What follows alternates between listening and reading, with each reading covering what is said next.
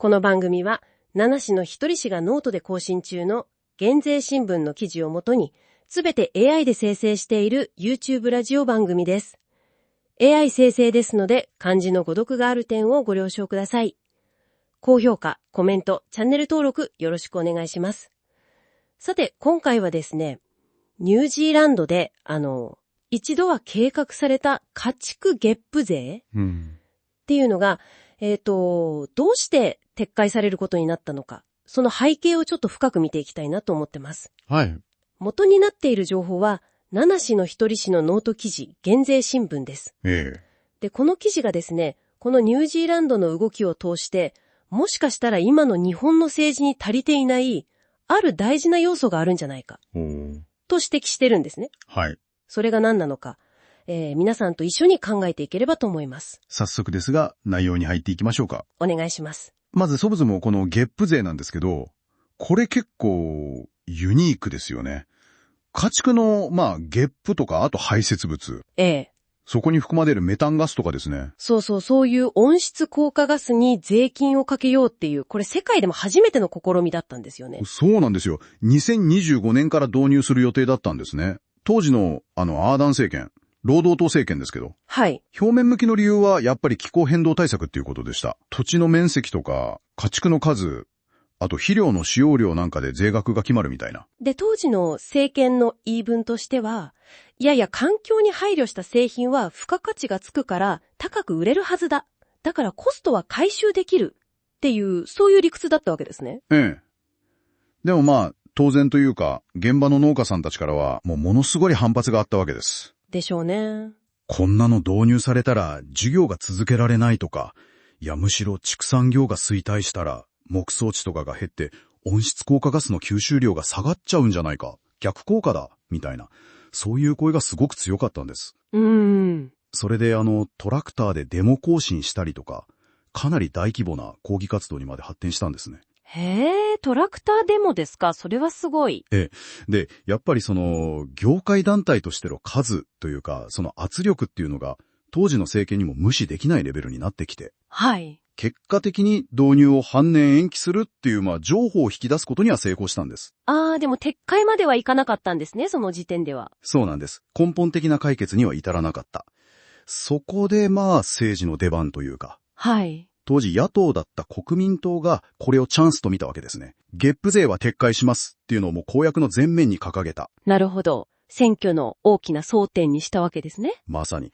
で、当然反発していた畜産業界なんかはこぞって国民党を支持したわけです。ふむふむ。その結果、去年の総選挙で国民党が第一党になって保守連立の、ラクソン政権が誕生したと。そして新政権は公約通りに。公約通り、この月賦税の導入を正式に撤回したということなんです。具体的には2025年から始まる予定だった排出量価格設定制度から農業とか畜産、あと肥料会社を除外したんですね。なるほど。公約実現というわけですね。そういう側面が非常に強いですね。ただ完全に環境対策を放棄したというわけでもなくて。そうなんですか。代替策として排出削減技術への投資、これに4億ニュージーランドドルですか、結構な額ですけど、それを拠出したり、あとは関連する研究センターの予算を増額したり、といった手当もしてるんです。ほう。記事の表現を借りると、ちょっと皮肉っぽく、業界へのばらまきじゃないかとも書かれてはいるんですが。そういう見方もできると。一方でですね、当然ながら環境保護をすごく重視するいわゆる環境左派と呼ばれるような人たちからは、これは自然に対する全面戦争だ、みたいな、ものすごい反発が出てるわけです。そちらからの批判も強いわけですね。そうなんです。で、今度は野党になった労働党が、この批判の声を、ある種、受け皿として、政権奪還の足がかりにしようとしていると。そういう構図が見えてくるんですね。なるほどな。ニュージーランドでは増税するかしないか、撤回するか、という政策が与党と野党の間ですごく明確な対立軸になって、選挙で国民が意思表示をした後。そういうことですね。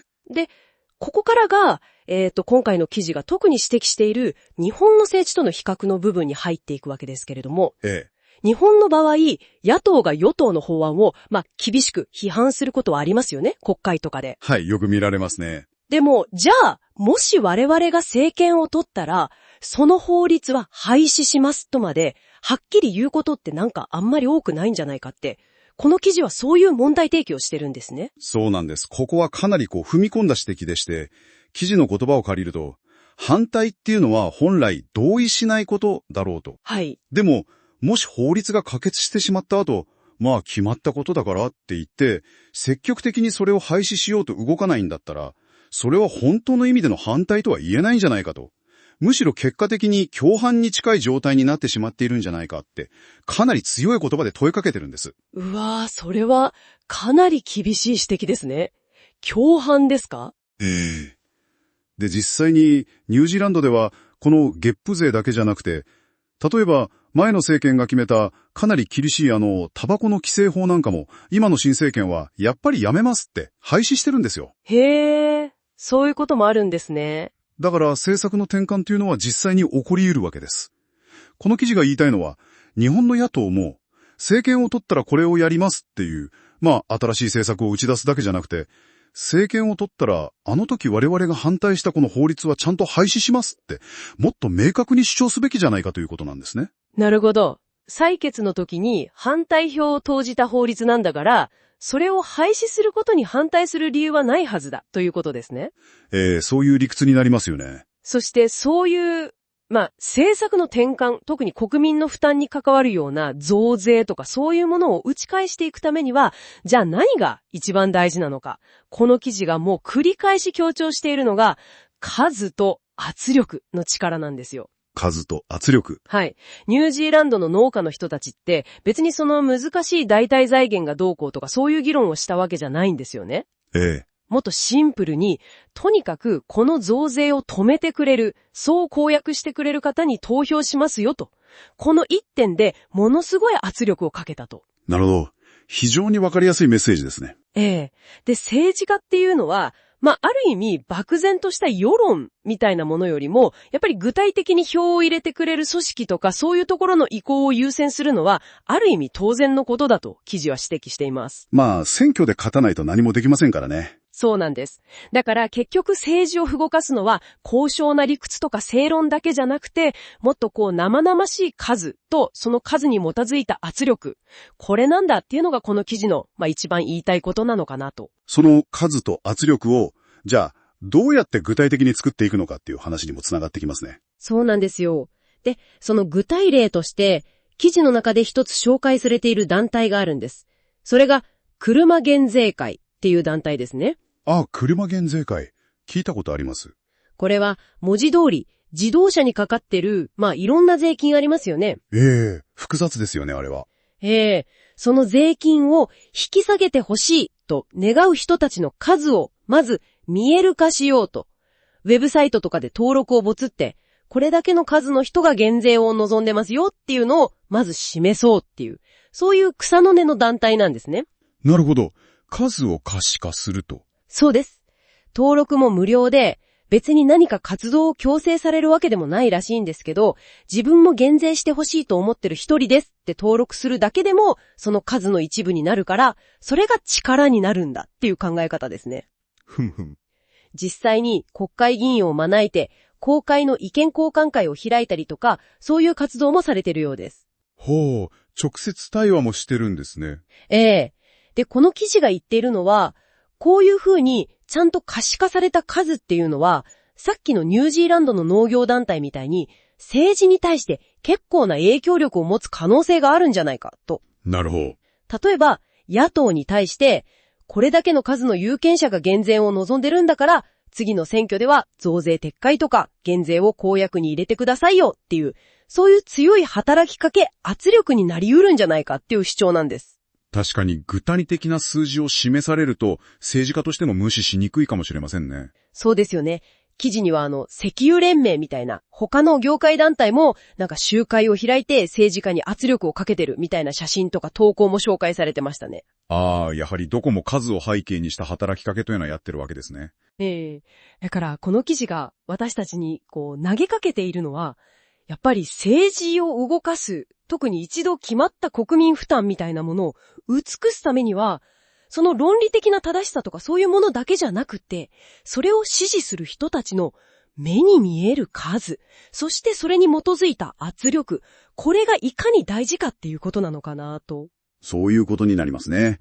非常に示唆に富む事例と分析だなと思います。では最後に、これを聞いてくださっている皆さんに、ちょっと考えていただきたい問いを投げかけてみてもいいでしょうか。ぜひお願いします。この記事が示してくれたようにですね、もし日本でも特定の政策、例えば今出た自動車減税もそうですし、他の負担増につながるような政策に対して、国民の意思、民意っていうものが、もっとはっきりと数として可視化されるようになったとしたら、それは日本の政治の力力学、パワーバランスみたいなものに一体どんな変化をもたらす可能性があるんでしょうかね。なるほど。もし数がもっと明確に見えるようになったらどうなるか。